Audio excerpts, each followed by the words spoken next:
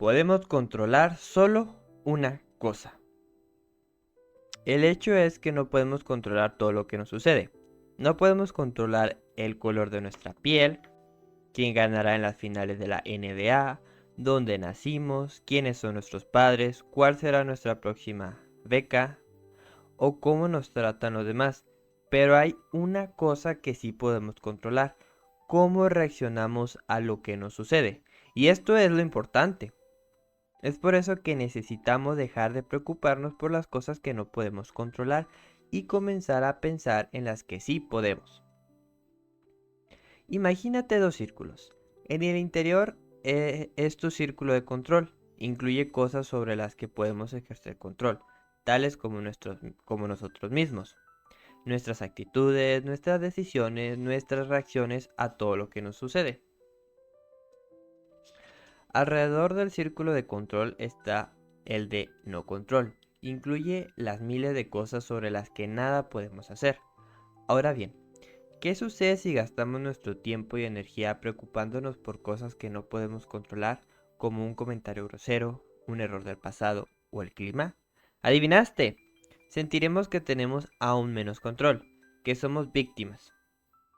Por ejemplo, si tu hermana te molesta y siempre te quejas de sus debilidades, algo sobre lo que no tienes control, entonces eso no arreglará el problema, solo te hace achacarle tus problemas y perder el poder sobre ti mismo. Figura: círculo de no control.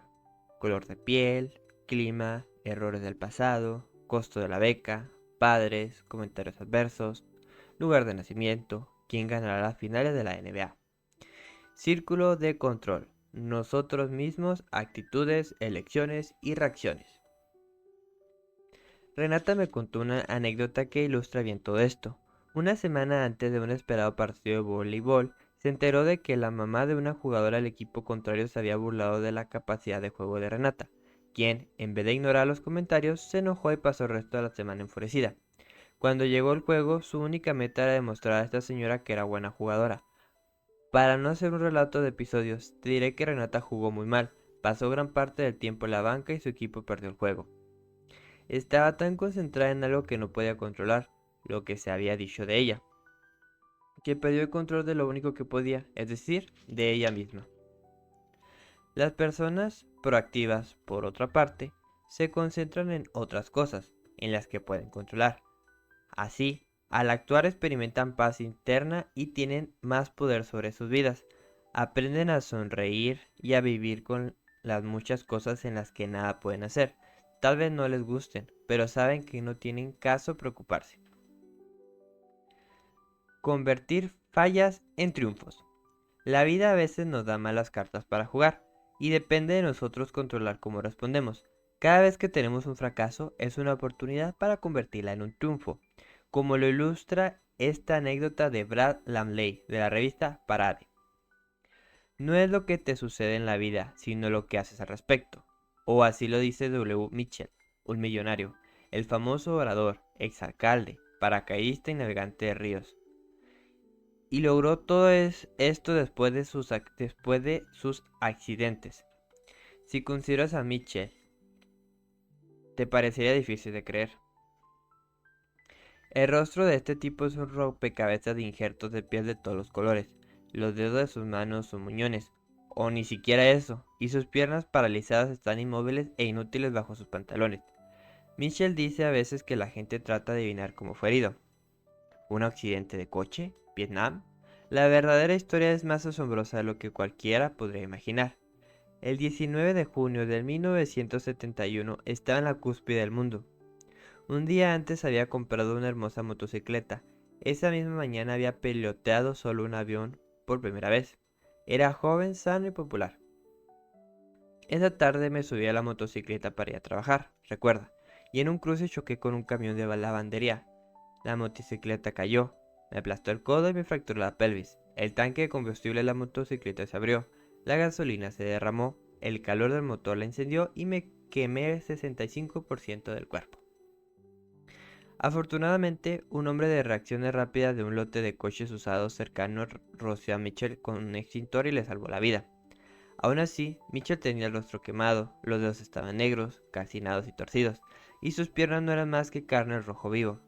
Era común que los que lo visitaban por primera vez lo miraran y se desmayaran. Estuvo inconsciente durante 2 semanas. Durante 4 meses se le practicaron 13 transfusiones, 16 operaciones de injerto de piel y muchas otras cirugías. 4 años después, tras pasar meses en rehabilitación y años aprendiendo a adaptarse a sus nuevas limitaciones, sucedió lo impensable. Mitchell estuvo en un extraño accidente de aviones y quedó paralizado de la cintura para abajo. Cuando le cuento a los demás que fueron 2 accidentes separados, me dice, apenas puedo creerlo. Tras el accidente que lo dejó paralizado, Mitchell recuerda que conoció a un paciente de 19 años en el gimnasio del hospital. Él también quedó paralizado. Había sido montañista, esquiador, una persona activa en deportes al aire libre, y estaba convencido de que su vida había acabado. Finalmente fui con él y le dije, ¿sabes?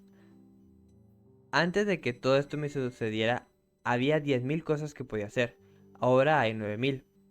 Puedo pasarme el resto de mi vida lamentándome por las 1.000 que perdí, pero prefiero concentrarme en las 9.000 que me quedan. Mitchell dice que su secreto es doble. Primero está el amor y aliento de amigos y parientes, y lo segundo es una filosofía personal que recabó de varias fuentes. Se dio cuenta que no era necesario tener la noción social de que se debe ser guapo y sano para ser feliz. Yo me encargo de mi propia nave espacial, dice enfático.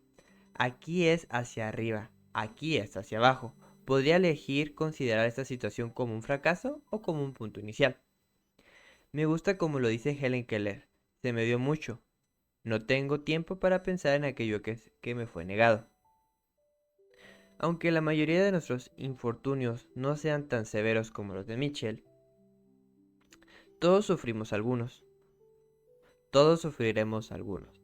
Tal vez nos deje una novia, perdamos una elección en la escuela, seamos golpeados por una pandilla o que no seamos aceptados en la escuela que queríamos. O podríamos caer gravemente enfermos. Espero y creo que serás proactivo y fuerte en esos momentos cruciales. Te voy a contar uno de mis grandes infortunios. 2 años después de llegar a ser lanzador estelar de la universidad, sufrí una herida grave en la rodilla, caí hacia atrás y perdí mi posición. Recuerdo vívidamente cómo el entrenador me llamó a su oficina justo antes de iniciarse la temporada para decirme que darían el puesto a otra persona. Me sentí enfermo. Había trabajado toda mi vida para llegar hasta esta posición. Era mi último año universitario. Se supone que esto no debía suceder. Como jugador de reserva debí tomar una decisión. Podía quejarme, hablar mal del nuevo jugador y sentir lástima por mí mismo. O podía aprovechar al máximo la situación. Afortunadamente decidí afrontar la situación. Ya no, ya no estaba anotando puntos, pero podría ayudar de otras formas. Así, me tragué el orgullo y comencé a apoyar al nuevo jugador y al resto del equipo. Trabajé mucho y me preparé para cada juego como si yo fuera el jugador. Y lo que es más importante, opté por mantener mis ánimos en alto. ¿Fue fácil? Para nada. Muchas veces me sentí un fracaso. Sentarme juego tras juego, luego de ser el lanzador estelar, fue humillante. Y mantener una buena actitud fue una lucha constante. ¿Fue la decisión correcta? Definitivamente sí. Me aplané las asentaderas en la banca todo el año, pero contribuí con el equipo de otros modos. Y lo que es más importante, asumí la responsabilidad de mi actitud. Ni siquiera puedo describirte la diferencia tan positiva que esta decisión tan singular produjo en mi vida. Superar los maltratos y abusos. Una de las mayores dificultades es lidiar con el maltrato. Nunca olvidaré la mañana que pasé con un grupo de jóvenes que sufrieron abuso sexual de niños y que fueron víctimas de violación o que fueron maltratados emocional o físicamente de otros modos. Hater me contó esta historia. Se abusó sexualmente de mí a los 14 años. Sucedió cuando estaba en una feria. Un muchacho de la escuela se me acercó y me dijo, necesito hablar contigo, ven conmigo por unos minutos. Nunca sospeché de nada, porque este muchacho era mi amigo y siempre fue muy agradable. Dimos una larga caminata y terminamos en las tribunas de la preparatoria. Fue ahí donde me forzó y me violó. Me dijo todo el tiempo, si se lo dices a alguien nadie te creerá. De todos modos, querías que esto sucediera. También me dijo que mis padres se avergonzarían de mí. Lo mantuve en secreto durante 2 años. Finalmente estaba asistiendo a una sesión de ayuda en donde personas que sufrieron abusos contaron sus anécdotas. Y de pronto una muchacha se paró y narró una historia similar a la mía. Cuando dijo el nombre del muchacho que abusó de ella, comencé a llorar porque era el mismo que me había violado. Resultó que éramos 6 las que fuimos víctimas de él. Afortunadamente, Heider ya se está recuperando y hay una tremenda fortaleza al formar parte de un grupo de jóvenes que trata de ayudar a otras víctimas de abuso. Al superarlo, ella también impidió que a otras personas fueran lastimadas por el mismo muchacho. Desafortunadamente, la historia de Bridget es también muy común. A los 5 años un familiar abusó sexualmente de mí, demasiado atemorizada para contárselo a alguien. Intenté enterrar mi enojo y mi dolor. Ahora que me reconcilié con lo que sucedió, veo mi vida en retrospectiva y puedo ver cómo afectó todo. Había intentado ocultar algo terrible y terminé ocultándome a mí misma. No fue sino hasta 13 años después cuando finalmente enfrenté la pesadilla de mi niñez. Muchas personas pasaron por la misma experiencia que yo, o por algo parecido.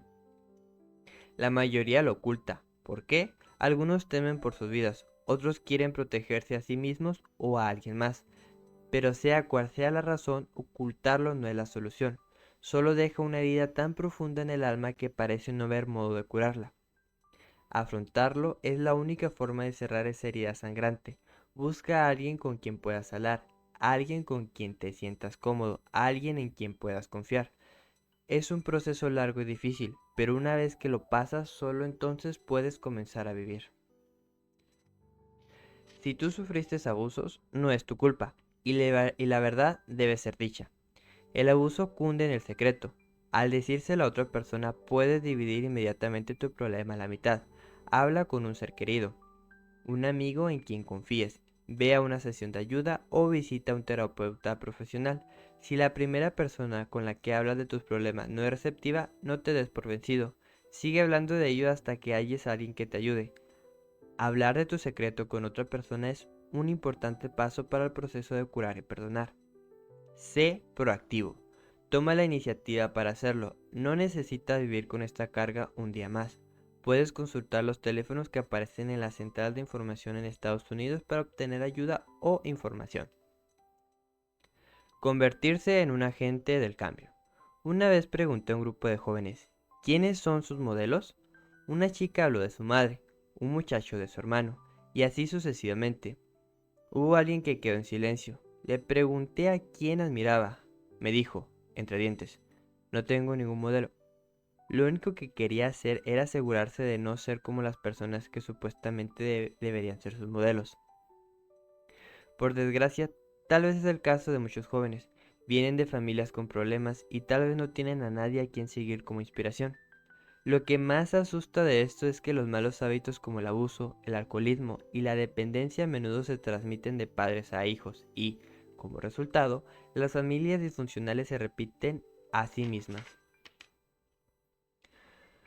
Por ejemplo, si tú sufriste maltratos cuando niño, las estadísticas muestran que es muy probable que tú también abuses de tus hijos.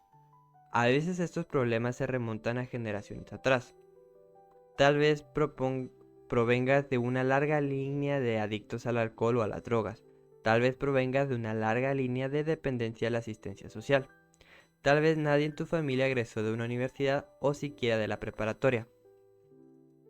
Las buenas noticias son que puedes detener ese círculo vicioso. Dado que eres proactivo, puedes impedir que estos malos hábitos se transmitan. Puedes convertirte en un agente del cambio y heredar buenos hábitos a las futuras generaciones, comenzando con tus propios hijos. Una joven tenaz llamada Hilda me habló de cómo se convirtió en un agente de cambio en su familia. Nunca se valoró la educación en su hogar e Hilda podía notar las consecuencias. Dice, mi mamá trabajaba en una fábrica de ropa, ganaba muy poco dinero. Mi padre ganaba poco más que el sueldo mínimo. Los oía discutir por el dinero y por cómo pagar la renta. Ninguno de mis padres llegó más allá del sexto año de primaria. Hilda recuerda que, de niña, su padre no podía ayudarla con la tarea, porque no leía el inglés. Esto fue muy difícil para ella. Cuando Hilda cursaba la secundaria, su familia se regresó de California a México. Hilda entendió al poco tiempo que ahí había pocas opciones educativas para ella. por lo que pidió volver a Estados Unidos para vivir con su tía. Durante los siguientes años hizo grandes sacrificios para seguir estudiando. Era difícil estar en un cuarto pequeño con mi primo, dice, y debía compartir mi cama y trabajar para pagar la renta, así como ir a la escuela, pero valió la pena. Aun cuando tuve un hijo y me casé en la preparatoria, seguí yendo a la escuela y trabajando para terminar mi educación. Quería demostrar a mi papá, y sin importar nada, que él se equivocaba cuando le decía que nadie de nuestra familia llegaría a tener una profesión. Hilda dentro de poco obtendrá un título universitario en finanzas y quiere que sus valores educativos se transmitan a sus hijos. Aún hoy, cada vez que puedo, cuando no estoy en la casa, me siento en el sofá y le leo a mi hijo. Le estoy enseñando a hablar inglés y español y trato de ahorrar para su educación. Algún día necesitará que le ayude en las tareas y yo estaré ahí para ayudarlo y leer. Frase: que fracase o tenga éxito no será obra de nadie más que mía. Yo soy la fuerza. Elaine Maxwell. Fin de la frase. Entrevisté a otro muchacho de 16 años llamado Shane, del Medio Oeste, que también es un agente de cambio en su familia. Shane vive con sus padres y dos hermanos en un sector de clase baja. Aunque sus padres siguen juntos, constantemente discuten y se acusan el uno al otro por tener amantes. Su padre maneja un camión y nunca está en casa. Su mamá fuma hierba con su hija de 12 años. El hermano mayor reprobó 2 años seguidos de preparatoria y finalmente desertó. En cierto momento, Shane perdió la esperanza. Justo cuando pensó que había llegado al fondo, tuvo una clase de desarrollo de personalidad en la escuela, que enseñaba los 7 hábitos. Y comenzó a ver que había cosas que podía hacer para ejercer control sobre su vida y crearse un futuro. Afortunadamente, el abuelo de Shane era propietario del departamento de la planta alta del edificio donde vivía su familia, y Shane le pagó una renta de $100 al mes para vivir en ese departamento. Ahora tiene su propio santuario y puede cerrarle el paso a aquello que no quiere que venga del piso de abajo. Dice Shane: las cosas ya mejoraron para mí, me trato a mí mismo mejor y me demuestro respeto. Mi familia no se respeta mucho. Aunque nadie en mi familia llegó a la universidad, fui aceptado en 3 universidades distintas. Todo lo que hago ahora es por mi futuro. Mi futuro será distinto. Sé que no me quedaré sentado con mi hermana de 12 años para fumar hierba. Tienes en tu interior el poder para elevarte por encima de todo lo que te fue transmitido. Tal vez no tengas la opción de cambiarte de casa para escaparte de todo como lo hizo Shane, pero puedes, figurativamente, pasarte a otro lugar en tu mente. Sin importar cuán grave sea tu predicamento, puedes convertirte en un agente de cambio y crear una nueva vida para ti mismo y para todo lo subsiguiente.